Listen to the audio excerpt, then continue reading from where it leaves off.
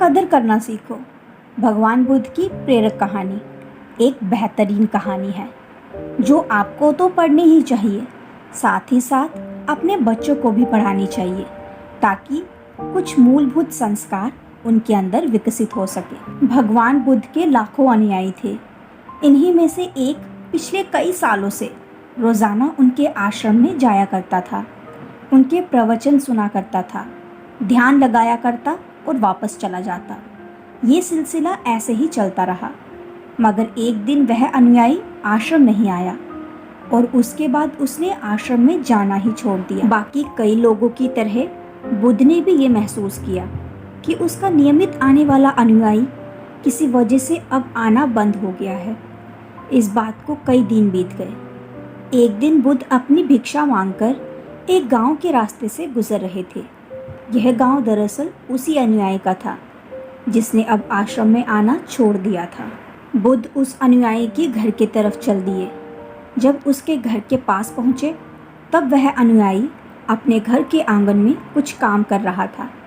बुद्ध को देखते ही वह उनके पास आया, उन्हें प्रणाम किया और उन्हें बैठने के लिए आंगन के चबूतरे पर चटाई बिछा दी। बुद्ध चटाई पर आराम से बैठ गए और अनुयायी से बात करने लगे। बुद्ध ने पहले उस अनुयायी के स्वास्थ्य के बारे में पूछा और फिर पूछा कि उसके परिवार में सब कुशल मंगल तो है ना। अनुयायी ने कहा कि सब ठीक है, कोई भी अस्वस्थ नहीं है। बुद्ध ने उससे आगे पूछा, अगर सब ठीक है तो तुमने आश्रम में आना क्यों छोड़ दिया।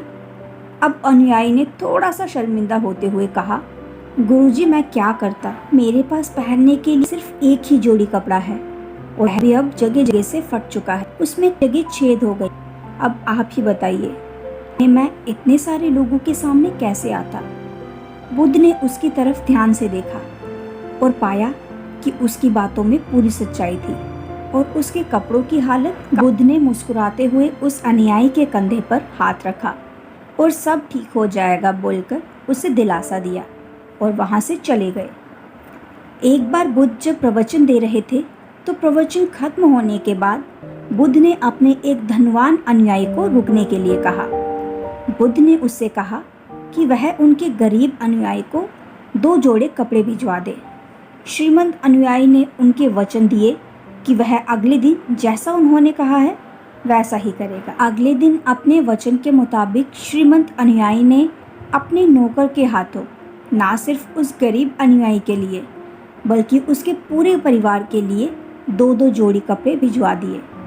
नए कपड़े पाकर गरीब अनुयायी और उसका पूरा परिवार बहुत खुश हो गया। अगले दिन से बुद्ध ने देखा कि वह अनुयायी फिर से आश्रम में आने लगा है। बुद्ध ने उससे पूछा कि अब बताओ तुम्हें कोई परेशानी तो नहीं, अगर है तो बताओ। अनुयायी ने कहा, अब मुझे कोई तकलीफ नहीं है, बस कपड़ों की थी जो आपने हल कर दी, अब मैं बहुत खुश हूँ।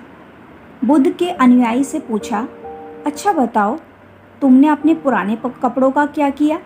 अनुयायी ने कहा, हमारे ओढ़ने के कपड़े ओढ़ने लायक नहीं बचे थे, इसलिए मैंने पुराने कपड़ों को उनकी जगह इस्तेमाल करना शुरू कर दिया। बुद्ध ने पूछा, फिर तुमने अपने ओढ़ने वाले कपड़े का क्या किया। मैंने उन्हें पर्दों की जगह इस्तेमाल करना शुरू कर दिया। अनुयायी ने कहा, उन पुराने पर्दों का क्या हुआ। बुद्ध ने फिर से पूछा, मैं उनके 4 टुकड़े करके चूल्हे से गर्म बर्तन उतारने के लिए इस्तेमाल करता हूँ। अनुयायी बोला, पहले गर्म बर्तन पकड़ने के लिए इस्तेमाल करते थे, उन कपड़ों का क्या किया। बुद्ध ने फिर से पूछा, मैं अब उन्हें घर में पोछा लगाने के लिए इस्तेमाल करता हूँ। अनुयायी ने जवाब दिया, पुराने पोछे का क्या किया वह भी बता दो अब। बुद्ध ने अगला सवाल किया, वह कपड़ा कुछ भी करने लायक बचा नहीं, इसलिए मैंने उसके तार तार अलग कर दिए और उनसे दिया की बाती बना ली। इन्हीं बत्तियों में से एक बाती आज इस आश्रम में भी मैंने जलाई है, उसी की रोशनी में हम बैठे हैं। भगवान बुद्ध अनुयायी के जवाबों से बहुत खुश हुए।